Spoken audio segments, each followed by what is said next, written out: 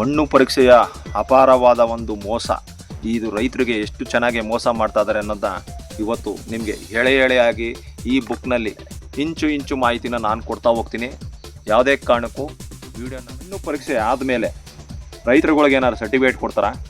ಆಯಿತು, ಮಣ್ಣು ಪರೀಕ್ಷೆ ಮಾಡ್ತೀವಿ, ನೀವು ಹೇಳಿದೆಲ್ಲ ಮಾಡಿಕೊಡ್ತೀವಿ, ನೀವು ಹೇಳಿದೆಲ್ಲ ತಾಮ್ರ ಇಲ್ಲ, ಮ್ಯಾಗ್ನೀಸಿಯಮ್ ಇಲ್ಲ, ಕ್ಯಾಲ್ಸಿಯಮ್ ಇಲ್ಲ, ಜಿಂಕ್ ಇಲ್ಲ, ಅದಿಲ್ಲ ಇದಿಲ್ಲ ಅಂದ್ಬಿಟ್ಟು ಮೆಡಮೋಡಮ್ ಇಲ್ಲ, ಏನೇನೋ ಬರ್ಕೊಡ್ತೀರಾ. ಎಲ್ಲನೂ ರಿಪೋರ್ಟ್ ಸಮೇತ ನಾವು ತಂದು ಸೋಲನ ಮಾಡಿ ಒಡವೆ ಇಟ್ಬಿಟ್ಟಾರ ತಂದು ನಾವು ಗೊಬ್ಬರಗಳ ಅವೆಲ್ಲ ತಂದು ಹಾಕ್ತೀವಿ. ಅದು ಹಾಕಿದ್ಮೇಲೆ ಮತ್ತೆ ಗೊಬ್ಬರವನ್ನು ಆಕಾಂಕ್ಷೆನ ಕೇಳಲ್ವಾ? ಬಟ್ ನಮ್ಮ ಸುಭಾಷ್ ಪಾಳೇಕರ್ ಕೃಷಿಲಿ ನೀವು ಮಾಡಿ ಮತ್ತೆ ನಾವು ಭರವಸೆ ಕೊಡ್ತೀವಿ, ಈ ಕೃಷಿಲಿ ನೀವು ಗೆಲ್ಬೋದು. 4 ತತ್ವಗಳನ್ನ ಪಾಲಿಸಿ. ಅದು 100% ಈ ವಿಡಿಯೋದಲ್ಲಿ ಕಂಪ್ಲೀಟ್ ಮಾಹಿತಿ ಕೊಟ್ಟಿದ್ದೀನಿ. ಯಾರೂ ಸ್ಲಿಪ್ ಮಾಡ್ದಾನೆ ಈ ವಿಡಿಯೋನ ನೋಡಿ. ತುಂಬ ಉಪಯುಕ್ತವಾದಂಥ ವಿಡಿಯೋ. ಮಣ್ಣು ಪರೀಕ್ಷೆಯಲ್ಲಿ ರೈತರಿಗೆ ನೀವು ಹೇಳ್ತಾ ಇರೋದು ಸುಳ್ಳು. ಆ ಮಣ್ಣು ಪರೀಕ್ಷೆ ಹೆಸರಿನಲ್ಲಿ ನೀವು ಮಾಡ್ತಾ ಇರೋದು ಒಂದು ಷಡ್ಯಂತ್ರ. ಸೊ ಇದಕ್ಕೆ ರೈತ ಅದನ್ನು ಹೇಳಿದ ತಕ್ಷಣ ರಿಪೋರ್ಟಲ್ಲಿ ಅವ್ನು ಏನು ಮಾಡ್ತಾನೆ, ತಗೊಂಡೋಗಿ ಎಂಟಿರ್ದ ಒಡವೆ ಇಡ್ತಾನೆ. ಆ ಒಡವೆ ಇಟ್ಬಿಟ್ಟು ಗೊಬ್ಬರಗಳು, ರಾಸಾಯನಿಕಗಳು ಏನೇನು ತರಬೇಕು ಎಲ್ಲ ತಂದು ಭೂಮಿಗೆ ಸುರಿತಾನೆ. ಆದರೂ ಕೂಡ ಅವ್ನಿಗೆ ಇಲ್ಲಿವರೆಗೂ ಪರಿಹಾರ ಸಿಕ್ಕಿಲ್ಲ, ಇಲ್ಲಿವರೆಗೂ ಸರಿಯಾದ ಬೆಲೆ ಸಿಗ್ತಿಲ್ಲ, ನ್ಯಾಯವಾದಂಥ ಬೆಲೆ ಸಿಗ್ತಿಲ್ಲ. ಕಂಪ್ಲೀಟ್ ವಿಡಿಯೋ ನೋಡಿ ಇದನ್ನು ಯಾವ ರೀತಿ ಮೋಸ ಮಾಡ್ತಾನೆ ಅಂತ ಇಂಚಿಂಚುವಾಗಿ ಹೇಳ್ತಾವೆ. ವೀಕ್ಷಕರೇ ನಮಸ್ಕಾರ. ನಿಮ್ಮ ಹಳ್ಳಿ ಮಧು ಯೂಟ್ಯೂಬ್ ಚಾನಲ್ ನೋಡ್ತಾರೆ ಎಲ್ಲ ನಮ್ಮ ಕರ್ನಾಟಕ ಪ್ರೇಕ್ಷಕರಿಗೆ. ಸೊ ನಾನು ತುಂಬ ದಿನದಿಂದ ನಿಮಗೆ ಈ ಸುಭಾಷ್ ಪಾಳೇಕರ್ ಕೃಷಿ ಬಗ್ಗೆ ಇಂಚಿಂಚು ನಮಗೆ ನಡೀತಾ ಇರುವಂಥ, ಅಂದರೆ ನಮ್ಮ ಭಾರತ ಭೂಮಿಯನ್ನು ಯಾವ್ಯಾವ ರೀತಿಯಲ್ಲಿ ನಮ್ಮ ರೈತರುಗಳನ್ನ ದಿಕ್ಕು ತಪ್ಪಿಸ್ತಾರೆ ಅನ್ನೋದನ್ನ ಎಳೆಯಾಗಿ ಒಂದೊಂದು ಭಾಗ 1, ಭಾಗ 2, ಭಾಗ 3, ಭಾಗ 4, ಭಾಗ 5 ಅಂತ ಸುಭಾಷ್ ಪಾಳೇಕರ್ ಬರೆದಿರುವಂಥ ಈ ತತ್ವಶಾಸ್ತ್ರ ಮತ್ತು ತಂತ್ರಜ್ಞಾನ ನೋಡ್ಬೋದು ನೀವು. ಈ ಬುಕ್ಕಿನಲ್ಲಿ ಏನು ಬರೆದಿದೆ ಅದನ್ನು ನಿಮಗೆ ನಮ್ಮ ಕರ್ನಾಟಕ ಜನತೆಗೆ, ಕೆಲವ್ರಿಗೆ, ಎಲ್ಲರಿಗೂ ಅಲ್ಲ, ಕೆಲವ್ರಿಗೆ ಅಸಂಖ್ಯಾತ ರೈತರುಗಳಿಗೆ, ಸ್ವಲ್ಪ ಜನಕ್ಕೆ ಪಾಪ ಓದೋಕ್ಕೂ ಟೈಮ್ ಇರಲ್ಲ, ಅವ್ರಿಗೆ ಸ್ವಲ್ಪ ತಿಳ್ಕೊಳಕ್ಕೂ ಗೊತ್ತಾಗಲ್ಲ. ಸೊ ಅಂಥವ್ರಿಗೆ ಯೂಸ್ ಆಗಲಿ, ಅವ್ರ ಮಕ್ಳುಗಳಿಗೂ ಯೂಸ್ ಆಗಲಿ, ಏನಾದರೂ ಈ ಚಾನಲ್ ನೋಡ್ತಾ ಇದ್ರೆ ಅವ್ರಿಗೂ ಯೂಸ್ ಆಗಲಿ ಅನ್ನೋಕ್ಕೋಸ್ಕರ ನಾನು ಈ ಬುಕ್ಕಲ್ಲಿರುವುದನ್ನು ನಮ್ಮ ಗ್ರಾಮೀಣ ಶೈಲಿಯಲ್ಲಿ ನಾನು ನಿಮಗೆ ತಿಳಿಸ್ತಾ ಹೋಗ್ತಾ ಇದ್ದೀನಿ. ಸ್ವಲ್ಪ ಅರ್ಥ ಆಗೋ ರೀತಿಯಲ್ಲಿ ನಿಮಗೆ ಹೇಳ್ತಾ ಇದ್ದೀನಿ. ಮತ್ತು ನನ್ನ ಈ 5 ವರ್ಷದ ಪ್ರಯಾಣ ಏನಿದೆ ಈ ಸುಭಾಷ್ ಪಾಳೇಕರ್ ಕೃಷಿನ ಅಳವಡಿಸ್ಕೊಂಡಿದ್ದೀನಿ.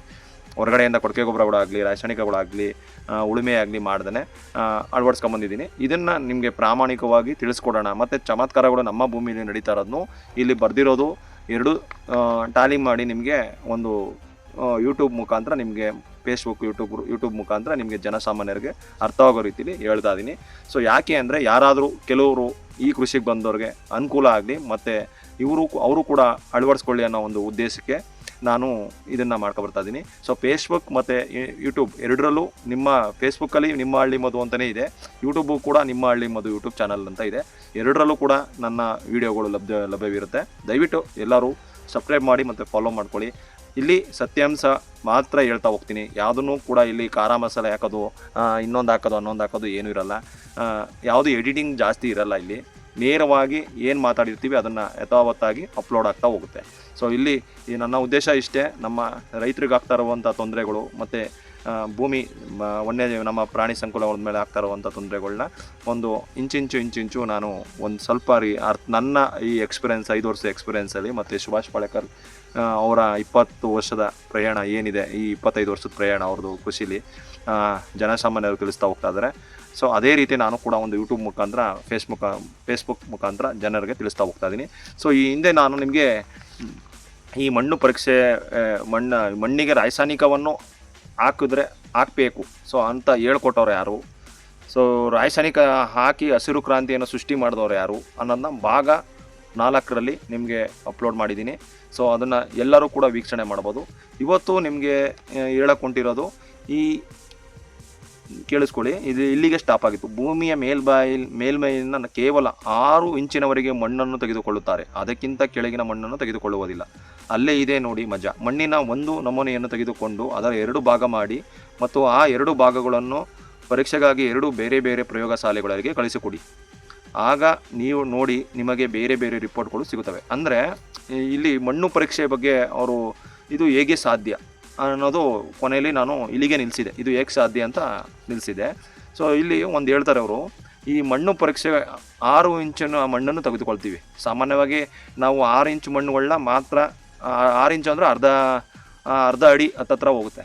ಸೊ ಈ ಅರ್ಧ ಅಡಿ ಒಳಗಡೆ ಆಳದಲ್ಲಿ ನಾವು ಮಣ್ಣನ್ನು ತೆಗೆದುಕೊಂಡಾಗ, ಮೇಲ್ಮೈ ಮಣ್ಣನ್ನು ತೆಗೆದುಕೊಂಡಾಗ ಈ 6 ಇಂಚು ಆಳದಲ್ಲಿ ಮಣ್ಣನ್ನು ತೆಗೆದುಕೊಂಡಾಗ ಈ ಮಣ್ಣಿನ ಬೇರೆ ಬೇರೆ ಜಾಗಗಳಿಗೆ ನಾವು 2 ಕಡೆ ಬೇರೆ ಬೇರೆ ಕಡೆ ತೆಗೆದುಕೊಂಡು ಬೇರೆ ಬೇರೆ ಪ್ರಯೋಗಶಾಲೆಗಳಿಗೆ ನೀವು ಮಣ್ಣನ್ನು ಕಳಿಸ್ಬೇಕು.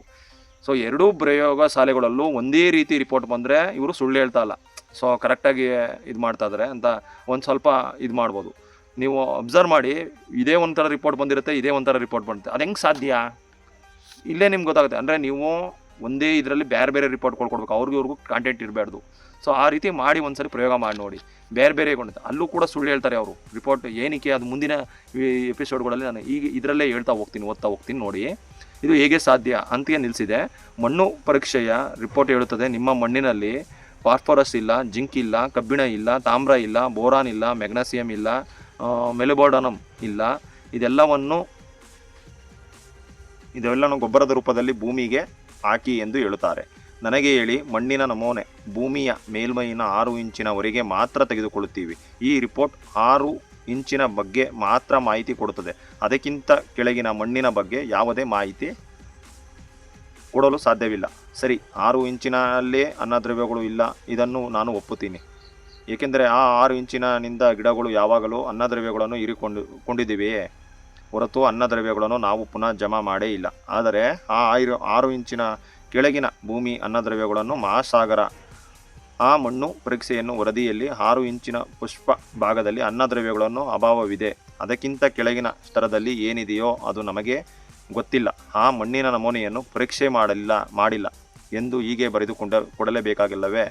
ಅಂದರೆ ಅವ್ರು ಹೇಳ್ತಾರೆ, ಈ 6 ಇಂಚು ಮಣ್ಣಿನ ಬಗ್ಗೆ ಮಾತ್ರ ನಾವು ಮಾಹಿತಿ ಕೊಟ್ಟಿದ್ದೀವಿ, ಅದರಿಂದ 6 ಇಂಚಿನ ಒಳಗಡೆ ಏನು ಇದಿದೆ ಅಂದರೆ ಖನಿಜಾಂಶ ಇದೆ, ಯಾವ ಥರ ಇದೆ, ಪೋಷಕಾಂಶ ಯಾವ ರೀತಿ ಇದೆ ಅಂತ ಅವ್ರು ಬರ್ದು ಕೊಡಲ್ಲ ನಿಮಗೆ. ಬರೀ ಅವರು ಏನು ಹೇಳ್ತಾರೆ ಅಂದರೆ, ನಿಮಗೆ ಮೆಗ್ನೀಸಿಯಂ ಇಲ್ಲ, ಮತ್ತು ಕಬ್ಬಿಣ ಇಲ್ಲ, ಮೆಲೋಬೆಡಮ್ ಇಲ್ಲ, ತಾಮ್ರ ಇಲ್ಲ, ಬೋರಾನ್ ಇಲ್ಲ, ಈ ಥರ ಹೇಳ್ಬಿಡ್ತಾರೆ ನಿಮಗೆ. ನೀವೇನು ಮಾಡ್ತೀರಾ?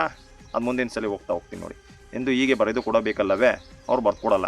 ಆ ವರದಿಯ ಪ್ರಕಾರ ಸಂಪೂರ್ಣ ಭೂಮಿಯಲ್ಲಿ ಅನ್ನದ್ರವ್ಯಗಳ ಅಭಾವವಿದೆ ಎಂದು ಬರೆದು ಕೊಡುತ್ತಾರೆ. ಅಂದರೆ ಸಂಪೂರ್ಣ ಭೂಮಿಯಲ್ಲಿ ಅನ್ನದ್ರವ್ಯಗಳ ಅಭಾವವಿದೆ ಅಂದರೆ ಪೋಷಕಾಂಶದ ಕೊರತೆ ಇದೆ, ಅಂದರೆ ಫಲವತ್ತತೆ ಇಲ್ಲ, ಈ ರೀತಿ ಬರ್ದು ಕೊಡ್ತಾರೆ. ಆದರೆ ಅವುಗಳೆಲ್ಲ ಸುಳ್ಳು ಹೇಳುತ್ತಿದ್ದಾರೆ, ಅವರುಗಳೆಲ್ಲ ಸುಳ್ಳು ಹೇಳ್ತಾ ಇದ್ದಾರೆ ಅಂತ ಬರೆದಿದ್ದಾರೆ. ಮಿತ್ರರೇ, ಇದರಿಂದ ಏನಾಗುತ್ತದೆ ಎಂದರೆ, ಭೂಮಿಯಲ್ಲಿ ಅನ್ನದ್ರವ್ಯಗಳ ಅಭಾವ ಇದೆ ಎಂದು ರೈತನಿಗೆ ತಿಳಿದ ನಂತರ ರೈತ ಸಾಲ ಮಾಡುತ್ತಾನೆ, ಇಲ್ಲವೇ ಹೆಂಡತಿಯ ಆಭರಣಗಳನ್ನು ಅಡ ಇಟ್ಟು ಗೊಬ್ಬರಗಳನ್ನು ಕೊಂಡುಕೊಳ್ಳುತ್ತಾನೆ. ಹೀಗೆ ಮಣ್ಣು ಪರೀಕ್ಷೆ ರೈತನನ್ನು ಮೋಸ ಮಾಡುವ ಒಂದು ಷಡ್ಯಂತ್ರ. ನೋಡಿ, ಇಲ್ಲಿ ಸುಭಾಷ್ ಪಾಳೇಕರ್ ಅವರು ಕಂಪ್ಲೀಟಾಗಿ ಅವರ 25 ವರ್ಷದ ಅನುಭವದಲ್ಲಿ ರಿಸರ್ಚ್ ಮಾಡಿರುವಂಥ ಒಬ್ಬರು ಸೈನ್ಸಿಸ್ಟ್ ಆಗಿರೋದ್ರಿಂದ ಅವರು ಕೂಡ ಅಗ್ರಿಕಲ್ಚರ್ ಸಂಬಂಧಪಟ್ಟ ರಿಸರ್ಚು ಮತ್ತು ಕಾಡುಗಳಲ್ಲಿ ಅಧ್ಯಯನ ಮಾಡಿ ಇದು ಪರಿಪೂರ್ಣಕವಾಗಿ 1 ಎಕರೆಗೆ ಕೇವಲ 200 ಲೀಟರ್ ಜೀವಾಮೃತ ಸಾಕು ಅಂತ, 10 kg ಸಗಣಿ ಸಾಕು, 5 ಲೀಟರ್ ಗಂಧ, 2 kg ಬೆಲ್ಲ, ದ್ವಿದಳ ಧಾನ್ಯ, ಇಷ್ಟು ಸಾಕು ನಮ್ಮ ಜೀವಾಮೃತ ಅನ್ನೋ ಈ 1 ಎಕರೆಗೆ ಸಾಕು ಅಂತ ಅವರು ಕರೆಕ್ಟಾಗಿ ಹೇಳೋಕ್ಕೆ ಸುಮ್ಮನೆ ಹೇಳಿಲ್ಲ. ಇದೆಲ್ಲ ಕೂಡ ಅವರು ರಿಸರ್ಚ್ ನಡೆಸೇ ಮಣ್ಣಿನಲ್ಲಿ ಯಾವ ಭಾಗದಲ್ಲಿ ಎಷ್ಟು ಇಂಚಲ್ಲಿ ಆಳದಲ್ಲಿ ನಮಗೆ ಬೇಕಾಗಿರುವಂಥ ಪೋಷಕಾಂಶಗಳಿದೆ ಅದನ್ನು ಮೇಲಕ್ಕೆತ್ತುವ ಕ್ರಮಗಳು ಹೇಗೆ ಅನ್ನೋದೆಲ್ಲ ಮುಂದಿನ ದಿನಗಳಲ್ಲಿ ನಾನು ಹೇಳ್ತಾ ಹೋಗ್ತೀನಿ. ಟೋಟಲಿ ಇಲ್ಲಿವರೆಗೆ ನೀವು ಯೂಟ್ಯೂಬ್ ಚಾನಲ್ಗಳಲ್ಲಾಗಿರ್ಬೋದು, ಫೇಸ್ಬುಕ್ ಒಳಗಳಾಗಿರ್ಬೋದು, ಏನೇ ನೋಡಿದರೂ ಒಂದು ಅರ್ಥ ಮಾಡ್ಕೊಳ್ಳಿ, ಮಣ್ಣು ಪರೀಕ್ಷೆನೂ ಕೂಡ ಒಂದು ಷಡ್ಯಂತ್ರ, ಒಂದು ಸುಳ್ಳು, ರೈತರಿಗೆ ಮೋಸ ಮಾಡುವ ಒಂದು ದೊಡ್ಡ ಹುನ್ನಾರ. ಇದರಿಂದ ಏನಾಗುತ್ತೆ, ಯಾರೇ ಬರಲಿ, ಆರ್ಗಾನಿಕ್ ಕಂಪ್ನಿಗಳು ಬರಲಿ, ಏನೇ ಬರಲಿ, ಹುಷಾರಾಗಿ ಹ್ಯಾಂಡ್ಲು ಮಾಡಿ. ಇದೆಲ್ಲ ಸುಮ್ಮನೆ ಬರ್ದಿರೋದಲ್ಲ. ನೀವು ಡೈರೆಕ್ಟಾಗಿ ಬೇಕಾದ್ರೆ ಸುಭಾಷ್ ಪಾಳೇಕರ್ ಅವ್ರ ನಂಬರ್ಗಳು ಸಿಗ್ತದೆ, ಅವ್ರನ್ನ ಡೈರೆಕ್ಟಾಗಿ ಕೇಳ್ಬೋದು, ಅದಕ್ಕೆ ಸಂಬಂಧಪಟ್ಟಿದ್ದ ಸರ್ಟಿಫಿಕೇಟ್ ಕೂಡ ಕೇಳ್ಬೋದು. ನೀವು ಬೇಕಾದ್ರೆ ಅಪ್ಡೇಟ್ ಬೇಕಾದ್ರೂ ಕೇಳ್ಬೋದು, ಅವ್ರು 100% ನೀವು ಅವ್ರ ಬಗ್ಗೆ ಏನು ಬೇಕಾದ್ರೂ ಕ್ರಮ ತಗೋಬೋದು. ಇದನ್ನು ಪ್ರೂವ್ ಮಾಡಿ ನೀವು ಈ ಮಣ್ಣು ಪರೀಕ್ಷೆ ಸುಳ್ಳು ಅಂತ ಹೆಂಗೆ ಹೇಳ್ತೀರ ಅಂತ ಬೇಕಾದ್ರೆ ನೀವು ಏನು ಬೇಕಾದ್ರೂ ಕೇಳ್ಬೋದು ಇದ್ರ ಬಗ್ಗೆ. ಹೀಗೆ ಮಣ್ಣು ಪರೀಕ್ಷೆ ರೈತನನ್ನು ಮೋಸ ಮಾಡುವ ಒಂದು ಷಡ್ಯಂತ್ರ. ನಾವು ಭೂಮಿಯನ್ನು ತಾಯಿ ಎನ್ನುತ್ತೀವಿ, ಭೂಮಾತೆ ಎನ್ನುತ್ತೀವಿ. ತಾಯಿ ಯಾವತ್ತಾದರೂ ಕೆಟ್ಟವಳಾಗುತ್ತಾಳೆಯೇ? ತಾಯಿ ಯಾವತ್ತಿಗೂ ಒಳ್ಳೆಯವಳೆ. ಮಗು ತಾಯಿಯ ಹಾಲು ಕುಡಿಯೋದಕ್ಕಿಂತ ಮುಂಚೆ ತಾಯಿಯ ಹಾಲನ್ನು ಪ್ರಯೋಗಶಾಲೆಯಲ್ಲಿ ಪರೀಕ್ಷೆ ಮಾಡುತ್ತೀವಿರೇನೋ? ಅಂದರೆ ಸಾಮಾನ್ಯವಾಗಿ ಇಲ್ಲಿ ಇತ್ತೀಚೆಗೆ ಒಂದು ವಿಡಿಯೋ ವೈರಲ್ ಆಗಿತ್ತು, ನೋಡಿರ್ಬೋದು. ಒಂದು ಬೋಟಲ್ಲಿ ಹೋಗ್ಬೇಕಾದ್ರೆ ಒಂದು ತಾಯಿ ಅಲೆ ಸಮುದ್ರದ ಅಲ್ಲಿನ ಗಾಳಿಯ ಒತ್ತಡಕ್ಕೆ ಆ ಬೋಟು ಮುಳುಗಿ ತಾಯಿ ತನ್ನ ಮಗುವನ್ನು ಅಪ್ಪಿಕೊಂಡು ಇಡೀ 12 ಗಂಟೆಗಳ ಕಾಲ ಆ ಮಗುವನ್ನು ಕಾಪಾಡೋಕ್ಕೆ ಹೋರಾಟ ನಡೆಸಿದ್ದಾಳೆ. ಅಂದರೆ ತಾಯಿಯ ವ್ಯಾಲ್ಯೂ ಅಷ್ಟಿದೆ. ಇಲ್ಲಿ ಸುಭಾಷ್ ಪಾಳೇಕರ್ ಅದನ್ನೇ ಹೇಳ್ತಾರೆ, ನೀವು ಭೂಮಿನ ತಾಯಿ ಅಂತ ಪೂಜಿಸ್ತೀರಾ ಅಲ್ವೇ? ಭೂಮಿ ತಾಯಿ ಅಂತ ಕರಿತೀರಾ, ಆದರೆ ತಾಯಿಯನ್ನು ತಗೊಂಡೋಗಿ ಪರೀಕ್ಷೆ ಮಾಡ್ತೀರಾ, ತಾಯಿಯಲ್ಲಿ ಅನ್ನದ್ರವ್ಯಗಳ ಅಭಾವವಿದೆ ಅಂತ ಪರೀಕ್ಷೆ ಮಾಡ್ತೀರಾ ಅಂತ ನೀವು ಮಾಡ್ತಾ ಇರೋದು ಸರಿಯೇ ತಪ್ಪು ಅಂತ ಕೇಳ್ತಾ ಇದ್ದಾರೆ. ಸೊ ಇಲ್ಲಿ ಅವರು ಅದನ್ನೇ ಬರೆದಿರೋದು. ಮಾಡಿತೀರೇನೋ? ಇಲ್ಲ ಅಲ್ಲವೇ? ಕಾರಣ ತಾಯಿಯ ಮೇಲೆ ಅಗಾಧ ಶ್ರದ್ಧೆ ಇರುತ್ತದೆ. ನೀವು ಮಾತ್ರ ಭೂಮಿ ತಾಯಿಯನ್ನು ಮಣ್ಣು ಪ್ರಯೋಗಶಾಲೆಯಲ್ಲಿ ಪರೀಕ್ಷೆ ಏಕೆ ಮಾಡುತ್ತೀರಿ? ಕಪ್ಪು ತಾಯಿಯೇ ಮೇಲೆ ಅವಿಶ್ವಾಸ. ಇದೆಲ್ಲವನ್ನು ಮಾಡಲು ನೀವು ಯಾರು? ಸುಪುತ್ರರೋ ಕಪುತ್ರರೋ? ಆದ್ದರಿಂದ ಮಣ್ಣು ಪರೀಕ್ಷೆಯನ್ನು ಅವಶ್ಯಕತೆ ಇಲ್ಲವೇ ಇಲ್ಲ. ಮಣ್ಣು ಪರೀಕ್ಷೆ ಹೆಸರಿನಲ್ಲಿ ಭೂಮಾತೆಯ ಮೇಲಿನ ವಿಶ್ವಾಸವನ್ನು ಕಳೆದುಕೊಳ್ಳಬೇಡಿ. ನೋಡಿ, ಮಣ್ಣು ಪರೀಕ್ಷೆ ಬಗ್ಗೆ ನಿಮಗೆ ಕಂಪ್ಲೀಟ್ ಒಂದು ಚಿತ್ರಣವನ್ನು ಕೊಟ್ಟಿದ್ದೀನಿ. ಇವತ್ತಿಗೆ ಮಣ್ಣು ಪರೀಕ್ಷೆ ಯಾಕೆ ಮಾಡಿಸ್ಬೇಕು, ಮಣ್ಣಿನ ಷಡ್ಯಂತ್ರ ಯಾಕೆ ಮಾಡಿಸಿ ರೈತರುಗಳನ್ನ ಯಾಕೆ ತಪ್ಪಿಸ್ತಾರೆ ಅನ್ನೋದು ಒಂದು ಎಪಿಸೋಡ್ ನಿಮಗೆ ಈ ಕ್ಲೀನಾಗಿ ಭಾಗ 5ರಲ್ಲಿ ನಾನು ತಿಳಿಸ್ಕೊಡ್ತಾ ಇದ್ದೀನಿ. ಒಂದು ಕಡ್ಡಾಯವಾಗಂತೂ ನಮ್ಮ ಪಾಳ್ಯಕರ್ ಅವರು ಹೇಳಿದ್ದಾರೆ, ಮಣ್ಣು ಪರೀಕ್ಷೆ ಹೆಸರಿನಲ್ಲಿ ಭೂಮಾತೆಯ ಮೇಲಿನ ವಿಶ್ವಾಸವನ್ನು ಕಳೆದುಕೊಳ್ಳಬೇಡಿ ಅಂತ ಹೇಳಿದ್ದಾರೆ. ಅಂದರೆ ಮಣ್ಣು ಪರೀಕ್ಷೆನೂ ಕೂಡ ಒಂದು ಷಡ್ಯಂತ್ರ.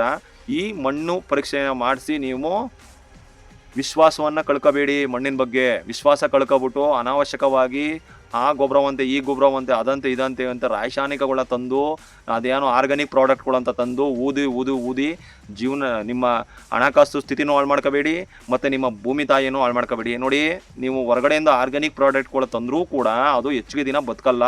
ಪ್ರಕೃತಿ ದತ್ತವಾಗಿ ಯಾವುದೇ ಹೊರಗಡೆಯಿಂದ ನೀವು ತಂದರೂ ಪ್ರಕೃತಿ ದತ್ತವಾಗಿರಬೇಕು, ಅದು ಪ್ರಕೃತಿಯಿಂದ ಹುಟ್ಟಿರೋದಂತಾಗಿರಬೇಕು. ಯಾವುದೋ ನೀವು ಲ್ಯಾಬ್ಗಳಲ್ಲೋ ಅಲ್ಲಿ ಇಲ್ಲಿ ಅದು ರಿಸರ್ಚ್ ಕೇಂದ್ರದಲ್ಲಿ ಹುಟ್ಟಿರೋಂಥ ಬೇಬಿನ ಕರ್ಕೊಬಂದು ನೀವು ಗದ್ದೆಯೊಳಗೆ ಹಾಕಿದ್ರೆ ಅದು ನಿಮ್ಮ ವಾತಾವರಣ, ನಿಮ್ಮ ಟೆಂಪ್ರೇಚರ್, ನಿಮ್ಮ ಇದಕ್ಕೆ ಯಾವುದೇ ಕಾರಣಕ್ಕೂ ಬದುಕಲ್ಲ. ಮತ್ತೆ ನೀವು ಅವನಿಗೆ ದುಡ್ಡು ಕೊಟ್ಟು ತಗೋತಾ ಇರಬೇಕಾಯ್ತದೆ. ಇದು ಈ ಬುಕ್ಕಲ್ಲಿ ಬರೆದಿರೋಂಥದ್ದು ನಿಮ್ಗೆ ಹೇಳ್ತಾ ಇರೋದು. ದಯವಿಟ್ಟು ಈ ಮಣ್ಣು ಪರೀಕ್ಷೆ ಹೆಸರಿನಲ್ಲಿ ಭೂಮಾತೆ ಮೇಲಿನ ವಿಶ್ವಾಸವನ್ನು ಕಳೆದುಕೊಳ್ಳಬೇಡಿ ಅಂತ ಕಡ್ಡಾಯವಾಗಿ ಹೇಳಿದ್ದಾರೆ. ಮತ್ತು ಮಣ್ಣಿನ ಪರೀಕ್ಷೆನೂ ಕೂಡ ಒಂದು ದೊಡ್ಡ ಷಡ್ಯಂತ್ರ, ರೈತರುಗಳನ್ನ ದಿಕ್ಕು ತಪ್ಪಿಸುವಂಥ ಕೆಲಸ. ಯಾಕೆ ಅಂದರೆ ಸುಮಾರು 5 ವರ್ಷದಿಂದ ನಾನು ಈ ಕೃಷಿನ ಪ್ರಾರಂಭದಲ್ಲಿ ಮಾಡ್ಕೊಂಬಂದಿದ್ದು ಈ ಹೊದಿಕೆ, ಜೀವಾಮೃತ, ಬೀಜೋಪಚಾರ, ಹೊದಿಕೆ, ತೇವಾಂಶ ಈ 4 ತತ್ವಗಳನ್ನ ಕರೆಕ್ಟಾಗಿ ಪಾಲಿಸಿಕೊಂಡು ನೀವು 15 ದಿನಕ್ಕೊಮ್ಮೆ ಜೀವಾಮೃತವನ್ನು 100% ನೀವು ನಾಟಿ ಹಸುನ, ಅದರಲ್ಲಿ ನಮ್ಮ ಭಾರತ ದೇಶದ ಪರಂಪರೆಯಾದ ನಮ್ಮ ದೇಸಿ ನಾಟಿ ಹಸುಗಳೇ ಆಗಬೇಕಿದಕ್ಕೆ. ಯಾಕೆ ಅಂದರೆ ಅದರ ಕರುಳಿನಲ್ಲಿ ಅಗಾಧವಾದಂಥ ಅದು ಬಾಡಿ ರಚನೆ ಅಗಾಧವಾದಂಥ ಶಕ್ತಿ. ಯಾಕೆಂದರೆ ನಾಟಿ ಹಸುಗಳು ಪ್ರಕೃತಿದತ್ತವಾಗಂತ ಬಂದಂಥ ದೇವತೆಗಳು. ಅವರು ಯಾರೂ ಕೂಡ ಹುಟ್ಟಿಸಿರೋದಲ್ಲ. ಅದನ್ನು ಅರ್ಥ ಮಾಡ್ಕೊಳ್ಳಿ. ಪ್ರಕೃತಿ ದತ್ತವಾಗಿ ಬಂದಿರೋಂಥದ್ದು. ಈ ದರಿದ್ರ ಅಂತ ಯಾಕೆ ಬೈತೀನಿ ಅಂದರೆ ಅದರಲ್ಲಿ ಇವತ್ತೆಲ್ಲ ಗೊತ್ತಿರ್ಬೋದು. ಹಿಂದೆ ಎಲ್ಲ 18, 100 ವರ್ಷ, 90 ವರ್ಷ, 95 ವರ್ಷ, 100 ವರ್ಷ ಬದುಕ್ತಿದ್ದ ಜನ ಎಲ್ಲ ಇವತ್ತು ಅರ್ಧ ವರ್ಷಕ್ಕೆ ಸಾಯಿಸಂಗೆ ಅವರ ಮನೆಯಿಂದ ಈಚೆಗೆ ಬರ್ದಂಗೆ ಮಾಡಾಕಿದ್ದೀರಾ. ಆ ಥರ ಪರಿಸ್ಥಿತಿ ಇದೆ. ಅದಕ್ಕೆ ನಮ್ಗೆ ಕೆಟ್ಟ ಕೋಪ ಬರುತ್ತೆ. ನೀವು ಹಣಕಾಸು ಸ್ಥಿತಿಗೆ ನೀವು ಸಾಕಿದ್ರೂ ಕೂಡ ಈ ನಾಟಿ ಹಸುಗಳನ್ನ ದಯವಿಟ್ಟು ಸಾಕಿ. ಒಂದು ಹಸುನ ಸಾಕಿ ನೀವು ಒಂದು 5 ಕುಂಟೆ 10 ಕುಂಟೆಲಿ ಈ ಕೆಲಸನ ಮಾಡ್ಕೊಬನ್ನಿ. ಯಾವ ಮಣ್ಣು ಪರೀಕ್ಷೆ ಬೇಕಾಗಿಲ್ಲ. ಅರ್ಥ ಮಾಡ್ಕೊಳ್ಳಿ. ಈ ಪ್ರಕೃತಿ ಹುಟ್ಟಾದ್ಮೇಲೆ ನಾವು ಹುಟ್ಟಿವಿ ಹೊರತು ಪ್ರಕೃತಿ ಹುಡಕ್ಕಿಂತ ಮುಂಚೆನೇ ನಾವು ಹುಟ್ಟಿಲ್ಲ. ಫಸ್ಟ್ ಹುಟ್ಟಿರೋದು ಪ್ರಕೃತಿ. ಈ ಪ್ರಕೃತಿಲಿ ಮರ ಗಿಡ ಪ್ರಾಣಿ ಸಂಕುಲಗಳೆಲ್ಲ ಫಸ್ಟೇ ಬಂದಿತ್ತು. ಯಾರಾದರೂ ಆಗ ಮಣ್ಣು ಪರೀಕ್ಷೆ ಮಾಡಿಸಿ ಗಿಡಗಳು ನೆಟ್ಟಿದ್ರ, ಏನಾದರೂ ಮಾಡಿದ್ರ? ಕಾಡುಗಳೆಲ್ಲ ಮಣ್ಣು ಪರೀಕ್ಷೆ ಮಾಡಿಬಿಟ್ಟು ಮರಗಳು ನೆಟ್ಟಿದ್ದಾವ? ಯಾವ ಮರಗಳಿಗೂ ನೀವು ಒಂದು ಇಡೀ ಕಾಡನ್ನ ಸುತ್ತಾಡ್ಕೊಂಬಂದ್ರು ಎಲ್ಲೂ ಕೂಡ ಒಂದು ಹಣ್ಣಿನ ಕೊರತೆ ಆಗಿಲ್ಲ. ಹಚ್ಚ ಹಸಿರಾಗಿರ್ತವೆ. ನೀರು ಕೇಳಲ್ಲ, ಗೊಬ್ಬರ ಕೇಳಲ್ಲ, ಏನೂ ಕೇಳಲ್ಲ. ಆದರೆ ನಿಮ್ಮ ಭೂಮಿಗಳಲ್ಲಿ ಇವೆಲ್ಲ ಕೇಳ್ತವೆ. ಕಾರಣ ನೀವು ಆಗ್ತಾ ಇರುವಂಥ ರಾಸಾಯನಿಕಗಳು ಕೋಟಿ ಸೂಕ್ಷ್ಮಜೀವಿಗಳು, ಕೋಟಿ ಪ್ರಾಣಿ ಸಂಕುಲಗಳು ಎಲ್ಲ ಸರ್ವನಾಶ ಆಗ್ತಾಯಿದೆ. ಉದಾಹರಣೆ ಪ್ರತಿಯೊಬ್ಬರು ಅಬ್ಸರ್ವ್ ಮಾಡಿರ್ತೀರ. ಬಾಲ್ಯದಲ್ಲಿ ಈ ಜಮೀನು ಒಳಗಡೆ ನಡ್ಕೊಂಡು ಹೋಗ್ಬೇಕಾರೆ ನಳ್ಳಿಗಳು ತೇವರಿಗಳೆಲ್ಲ ಸಿಗ್ತಿದ್ವು. ಸಾವಿರಾರು ನಳ್ಳಿಗಳನ್ನ ತುಂಡ್ಕೊಂಡು ಹೋಗ್ತಿದ್ರಿ. ಇವೇನಪ್ಪ ಇಷ್ಟೊಂದು ನಳ್ಳಿಯವೆ ಅಂತಿದ್ರಿ. ನಳ್ಳಿಗಳ ಪಾತ್ರ ಪ್ರಕೃತಿಲಿ ಅತ್ಯುತ್ತಮವಾದಂಥ ಕೆಲಸ ಮಾಡ್ತಿದ್ದವು. ಬಟ್ ಇವತ್ತು ಅತಿಯಾದ ರಾಸಾಯನಿಕಗಳನ್ನ ಬಳಸಿ ದುರ್ಬಿ ಹಾಕೊಂಡು ನೋಡ್ತೀನಿ ಅಂದ್ರೂ ಒಂದು ನಳ್ಳಿ ಸಿಗಲ್ಲ ಗದ್ದೆ ಒಳಗೆ. ಅರ್ಥ ಮಾಡ್ಕೊಳ್ಳಿ. ಒಂದೇ ಒಂದು ಬೂದ್ಗನ್ನಡಿ ಹಾಕೊಂಡು ನೋಡಿದ್ರು ಒಂದು ನಳ್ಳಿ ಸಿಗಲ್ಲ. ಆ ರೀತಿ ನೀವು ಮಾಡಿದ್ದೀರಾ. ಯಾವುದೇ ಇದಕ್ಕೆ ಪರಿಹಾರ ಯಾವುದೇ ಇದನ್ನು ನೀವು ಹಾಕಿದ್ರೂ ಕೂಡ ಇನ್ನೊಂದು ಸಲ ಅವನ್ನ ಉಡ್ಸೋಕ್ಕಾಗಲ್ಲ. ಯಾವ ಲೆವೆಲ್ಗೆ ನೀವು ಹಾಳು ಮಾಡಿದ್ದೀರಾ ಅಂದರೆ ಅತಿಯಾದ ರಾಸಾಯನಿಕಗಳು ಹಾಕಿ ಸರ್ವನಾಶ ಮಾಡಿಬಿಟ್ಟಿದ್ದೀರಾ. ನೀವು ನಿಮ್ಮ ಮಕ್ಕಳುಗಳಿಗೆ ಏನಾದರೂ ಒಂದು ಕೊಡುಗೆ ಕೊಡಬೇಕು ಅಂದರೆ ಒಳ್ಳೆ ಭೂಮಿನ ಕೊಡಿ. 1 ಕೋಟಿ ದುಡ್ಡೆಲ್ಲ ಕೊಡೋದು, 1 ಕೋಟಿ ದುಡ್ಡು ಮುಂದಕ್ಕೆ ಕಾಲು ಸಮಾನ ಆಗ್ಬಿಡುತ್ತೆ. 1 ಕೋಟಿ ಕೊಟ್ಟರು ಅನ್ನ ಸಿಗಲ್ಲ ತಿನ್ನೋಕ್ಕೆ. ಇದನ್ನು ಅರ್ಥ ಮಾಡ್ಕೊಳ್ಳಿ. 1 ಕೋಟಿ 2 ಕೋಟಿ ಬ್ಯಾಲೆನ್ಸ್ ಇಟ್ಬಿಟ್ಟು ಪಗಪ್ಪ ಅಂದ್ಬಿಟ್ಟು ಒಳ್ಳೆ ವಿಷ ಭೂಮಿಯನ್ನು ಕೊಟ್ಬಿಟ್ಟು ಅವ್ನು ವಿಷ ತಿನ್ಬಿಟ್ಟು 40 ವರ್ಷಕ್ಕೆ 50 ವರ್ಷಕ್ಕೆ ಡಮಾರ್ ಆಗ್ತಾ ಕೂತವನೆ. ಇನ್ನೇನು ಕೊಡ್ತೀರಾ? ಹಣ ಮಾಡ್ಬಿಟ್ಟು ಯಾಕೆ ಕೊಡ್ತೀರಾ ಮಕ್ಳುಗಳಿಗೆ? ಹೋಗ್ಲಿ, ಅವ್ನು ಓದಿಸ್ತೀರಾ, ಒಳ್ಳೆ ವಿದ್ಯಾವಂತ ಮಾಡ್ತೀರಾ, ಒಳ್ಳೆ ಎಲ್ಲ ಕೊಡ್ತೀರಾ, ಕೊನೆಗೆ ತಗೊಬಂದು ಅವನು ತಿನ್ನೋಕ್ಕೆ ಬರಬೇಕು ಜಮೀನಿಗೆ. ಅಪ್ಪ ಅಕ್ಕಿ ಕಳ್ಸಪ್ಪ, ಅಕ್ಕ ಇದು ಕಳ್ಸಪ್ಪ, ಅದು ಕಳ್ಸಪ್ಪ ಅಂತ. ನೀವು ಒಳ್ಳೆ ರೀತಿಯಲ್ಲಿ ಬೆಳೆದಿದ್ರೆ ತಾನೇ ಆರ್ಗ್ಯಾನಿಕ್ ಪ್ರಾಡಕ್ಟ್ ನಿಮ್ಮ ಮಗ ಬದುಕೊಳ್ಳೋದು, ಚೆನ್ನಾಗಿ ತಿನ್ಸಿದ್ರೆ ತಾನೇ. ಇದೆಲ್ಲ ಬಿಟ್ಬಿಟ್ಟು ನೀವು ಎಲ್ಲೋ ಸುತ್ತೊಡಿತಾ ಕೂತಿದ್ದೀರಿ. ಈ ಭೂಮಿ ಸುತ್ತ ತಿರುಗ್ತಾವಲ್ಲ ಬೇರೆ ಗ್ರಹಗಳು, ಹಂಗೆ ನೀವು ಸುತ್ತಾ ಇದ್ದೀರಿ. ಕೊನೆಗೆ ಬಂದು ಇಲ್ಲೇ ಬೀಳ್ತೀರಿ. ಯಾಕೆಂದರೆ ನನ್ನ ಅನುಭವ ಹಿಂಗೇನೆ. ನಾನು ಕೂಡ ಎಲ್ಲರೂ ಸುತ್ತಾಡ್ಕೊಂಡು ಕೊನೆಗೆ ಬಂದು ಭೂಮಿ ಸೇವೆ ಮಾಡ್ತಾ ಇವತ್ತು ನಿಮ್ಮ ಹಳ್ಳಿ ಮಧು ಯೂಟ್ಯೂಬ್ ಚಾನಲ್ ಸ್ಟಾರ್ಟ್ ಮಾಡ್ತಾ ಜನಗಳಿಗೆ ಹೇಳ್ತಾ ಹೋಗ್ತಾ ಇದ್ದೀನಿ. ಸೊ ಕಾರಣ ಇಷ್ಟೇ ನನಗೆ ಹೇಳೋದು ನಿಮಗೆ. ಎಲ್ಲೋ ಸತ್ಯನ ಹುಡ್ಕಕ್ಕೆ ಹೋಗ್ಬಿಡಿ. ನೀವು ದೇವರನ್ನ ನೋಡಬೇಕಂದ್ರೆ ಗಾಳಿ ರೂಪದಲ್ಲಿ ನೋಡಿ, ಬೆಳಕಿನ ರೂಪದಲ್ಲಿ ನೋಡಿ, ಮರ ಗಿಡಗಳಲ್ಲಿ ಮುಖಾಂತರ ನೋಡಿ. ದೇವರು ಇಲ್ಲ ಅಂತ ನಾನು ಹೇಳ್ತಲ್ಲ, ದೇವರನ್ನ ಇದರಲ್ಲಿ ನೋಡಬೇಕು ನೀವು. ಅದನ್ನು ಸುಭಾಷ್ ಪಾಳೇಕರ್ ಬರೆದಿದ್ದಾರೆ. ಅದನ್ನೇ ತತ್ವಶಾಸ್ತ್ರ ಮತ್ತು ತಂತ್ರಜ್ಞಾನ. ನೀವು ಕಂಪ್ಲೀಟ್ ಓದ್ಕೊಬನ್ನಿ. ಅವ್ರು ಹೇಳಿರೋದು ಏನಾದ್ರು ಒಂದು ಮಾತು ಸುಳ್ಳಿದ್ರೆ ನಿಮ್ಮನ್ನು ನೀವು ಆತ್ಮ ಅಂತ ಇರುತ್ತೆ ನಿಮಗೆ. ನಿಮ್ಮನ್ನು ನೀವು ಪ್ರಶ್ನೆ ಮಾಡ್ಕೊಳ್ಳಿ. ಅವ್ರು ಹೇಳ್ತಾ ಇರೋದು ಏನಾದ್ರು ಸತ್ಯ ಇದೆಯೋ ಸುಳ್ಳಿದೆಯೋ ಕರೆಕ್ಟ್ ಅಂತ ನೀವು ಅನಿಸ್ತಿಲ್ಲ ಅಂದರೆ ನೀವು ಹೇಳ್ದಂಗೆ ಕೇಳ್ತೀನಿ. ಇವ್ರು ಬಡ್ದಿರೋದು ಒಂದೇ ಒಂದು ಯಾವುದಾದ್ರೂ ನೀವು ಸುಳ್ಳು ಅಂತ ನೀವು ಪ್ರೂವ್ ಮಾಡಿಬಿಟ್ರೆ ನೀವು ಹೇಳ್ದಂಗೆ ಕೇಳ್ತೀನಿ ಕಣ್ರಿ. ಯಾಕಂದರೆ ಅಪ್ಪಟವಾದಂಥ ಅವರು ಓದೋರೆ ಕಣ್ರಿ. ನಮ್ಮಂಗೆ ತುಂಬ ಓದಿ ಕೃಷಿ ಯೂನಿವರ್ಸಿಟಿಗಳಲ್ಲೇ ಓದಿ ಅವರು ಏನು ಆಗ್ತಿದೆ ಅದೆಲ್ಲ ಸಂಶೋಧನೆ ಮಾಡಿ ಕಾಡಲ್ಲಿ ಅಲ್ಲಿ ಪ್ರತಿಯೊಂದು ಸಮಾಜಕ್ಕೆ ಸತ್ಯವನ್ನು ತಿಳಿಸ್ತಾ ಇದ್ದಾರೆ. ಸತ್ಯವನ್ನು ತಿಳಿಸೋಬೇಕಾದ್ರೂ ದಮ್ಮಿರಬೇಕು, ಮೀಟಿರಬೇಕು. ಯಾಕೆಂದರೆ ಇವತ್ತು ಸತ್ಯ ಹೇಳೋರನ್ನ ಮನಗಿಸೇ ಬಿಡ್ತಾರೆ. ಆ ಥರ ಸಿಚುವೇಶನ್ಗಳು ಇರ್ತದೆ. ಅಂಥವ್ರಿಗೆ ಸಪೋರ್ಟ್ ಮಾಡಿ, ಸತ್ಯ ಹೇಳ್ತಾರವ್ರಿಗೆ ಒಂದು ಸ್ವಲ್ಪ ಸಪೋರ್ಟ್ ಮಾಡಿ, ಸಬ್ಸ್ಕ್ರೈಬ್ ಮಾಡಿ, ಫಾಲೋ ಮಾಡಿ. ನಿಮ್ಮ ಹಳ್ಳಿ ಮಧು ಫೇಸ್ಬುಕ್ನ ಫಾಲೋ ಮಾಡಿ, ಮತ್ತು ಯೂಟ್ಯೂಬ್ ಚಾನಲ್ಲು ಇದೆ, ನಿಮ್ಮ ಹಳ್ಳಿ ಮಧು ಯೂಟ್ಯೂಬ್ ಚಾನಲ್ಲು ಫಾಲೋ ಮಾಡಿ.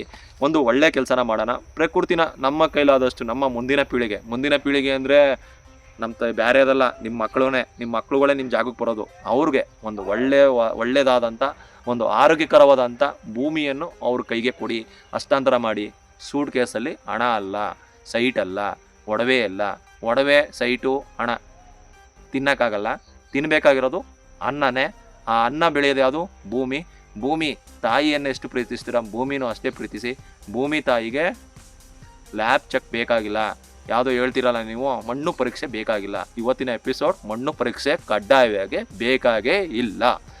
ನಿಮಗೆ ಭಾಗ 6ರಲ್ಲಿ ಹೇಳ್ತೀನಿ, ಈ ಅನ್ನದ್ರವ್ಯಗಳ ಮಹಾಸಾಗರ ಭೂಮಿಯ ಆಳದಲ್ಲಿ ಮೇಲೆ ಹೇಗೆ ಬರುತ್ತದೆ. ಈಗ ನಿಮಗೆ ಒಂದು ತಲೆಯಲ್ಲಿ ಓಡ್ತಾ ಇರ್ಬೋದು, ಮಣ್ಣು ಪರೀಕ್ಷೆ ಮಾಡ್ಸಂಗಿಲ್ಲ, ಮಣ್ಣಲ್ಲೇ ಅದಿಲ್ಲ, ಪೋಷಕಾಂಶ ಇಲ್ಲ, ಅದಿಲ್ಲ ಅಂತ ಅಂದ್ಕೊಂಡಿರ್ತೀರ. ಅದನ್ನು ಮುಂದಿನ ದಿನದಲ್ಲಿ ಇದನ್ನು ಹೇಗೆ ಮ್ಯಾಕ್ ತರಬೇಕು ಅನ್ನೋದನ್ನ ನಾನು ಹೇಳ್ತಾ ಹೋಗ್ತೀನಿ. ವಾಚ್ ನಿಮ್ಮ ಹಳ್ಳಿ ಮಧು ಯೂಟ್ಯೂಬ್ ಚಾನಲ್. ನಮಸ್ಕಾರ. ಜೈ ಸುಭಾಷ್ ಪಾಳೇಕರ್, ಜೈ ಗೋಮಾತೆ.